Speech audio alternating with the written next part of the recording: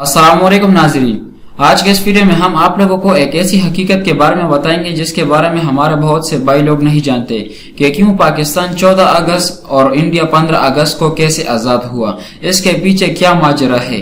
तो आइए इस वीडियो में हम आप लोगों को ये लॉजिक समझाते हैं कि पाकिस्तान 14 अगस्त को और इंडिया 15 अगस्त को कैसे आज़ाद हुआ। तो आइए जानते हैं इस वीडियो में। आए दिन चंद कांग्रेस नवाज अनासिर की तरफ से एक प्रोपेगेंडा किया जाता है कि पाकिस्तान 15 अगस्त को आज़ाद हुआ था और 14 अगस्त को यौम आज़ादी गलत मनाया जाता है।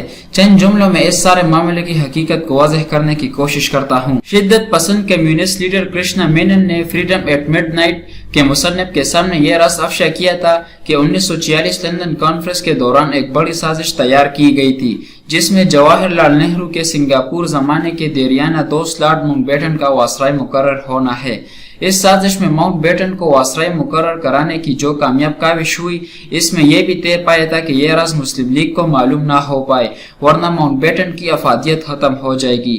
माउंटबेटन ने वजीर आजम बरतानिया एटली के हिदायत के मुताबिक पहले सरतोड़ कोशिश की कि बरसगीर तकसीम ना हो पाए, लेकिन जब तकसीम पर मजबूर हुआ तो यह सोच अपनाई गई।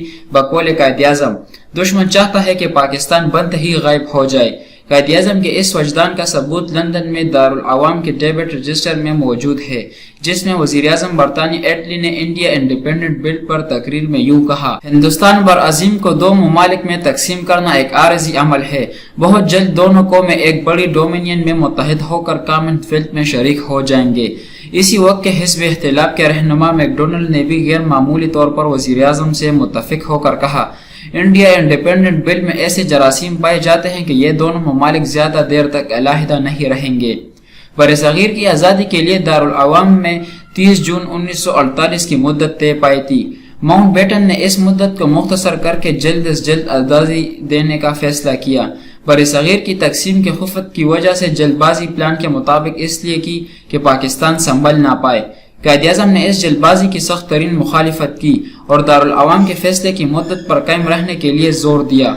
माउंटबेटन ने अपनी जाती खुशी के लिए बरतानवी और मुस्लिम लीगी लीडरों को बताए बगैर कांग्रेस से सलाह मशवरा करके 15 अगस्त 1947 की तारीख का ऐलान कर दिया। यह तारीख वासराय हिंद लॉर्ड माउंटबेटन की जिंदगी में बड़ी खुशी का दिन था, जब वासराय जंग अजीम द्वेम के दौरान बर्मा मुहाज का कमांडर था और इसी तारीख को जापान ने हथियार डाले थे। लेकिन वासराय को हिंदू राष्ट्र के असल हुक्मरान ज्योतिषी और सितारा शानिसों की मुखालिफत के सामने हथियार डालने पड़ गए। ज्योतिषियों ने 15 अगस्त को मनहूस और 14 अगस्त को मुबारक करार दे दिया। हिंदू रहनुमा तो खामोश रहे, लेकिन इस ताकतवर तबके ने तूफान बर्पा कर दिया और वासराय ने इस सैलाब को रोकने के लिए अपनी ख्वाहिश को बरकरार रखते हुए और ज्योतिषियों को भी तसल्ली बख्श तरीका नई तारीख में यूं पेश की कि भारत की आज़ादी की तारीख 14 और 15 तारीख के दरमियानी शब 12 बजे मुतय्यन है। हिंदू ज्योतिषियों ने ठीक 12 बजे पूजा पाठ के दौरान बजाने वाला सिंह बजाकर आज़ादी की खुशी मनाई। हालांकि भारतीय कानून साज असम्बली को इख्तिदार 15 अगस्त को मुंतकिल किया गया था और दूसरी तरफ पाकिस्तान को एक दिन पहले 14 अगस्त को इख्तिदार मुंतकिल किया जा चुका था। यहाँ एक कानूनी और आईनी बात की वजाहत बहुत जरूरी है जिस पर आए दिन हकायक के बरअक्स प्रोपेगेंडा किया जाता है। माउंटबेटन मुत्तहिदा हिंदुस्तान का आईनी सरबराह था और इसने मुआहदे के तहत इख्तिदार पाकिस्तान और भारत को मुंतकिल करना था और फिर भारत के नए जनरल गवर्नर का हल्फ उठाना था और ये तीनों काम खास तरतीब से तय करने थे। इन्हें आगे पीछे नहीं किया जा सकता था। वासराय ने कायद-ए-आज़म को सिर्फ इख्तिदार मुंतकिल करना था, जबकि भारत में इख्तिदार मुंतकिल करने के साथ ही अपने गवर्नर जनरल का हल्फ लेना था और यह तब ही मुमकिन था जब बहैसियत वासराय पहले इख्तिदार पाकिस्तान को मुंतकिल करता और फिर भारत को। अगर भारत को पहले इख्तिदार मुंतकिल करके भारतीय गवर्नर जनरल बन जाता तो फिर बहैसियत भारतीय गवर्नर जनरल आईनी तौर पर पाकिस्तान को इख्तिदार मुंतकिल ना हो सकता था। और ये सबको पता है इख्तिदार की मुंतकिली कराची और दिल्ली में होनी थी, इसलिए ये सारा आईनी काम एक जगह एक ही वक्त में मुमकिन ना था।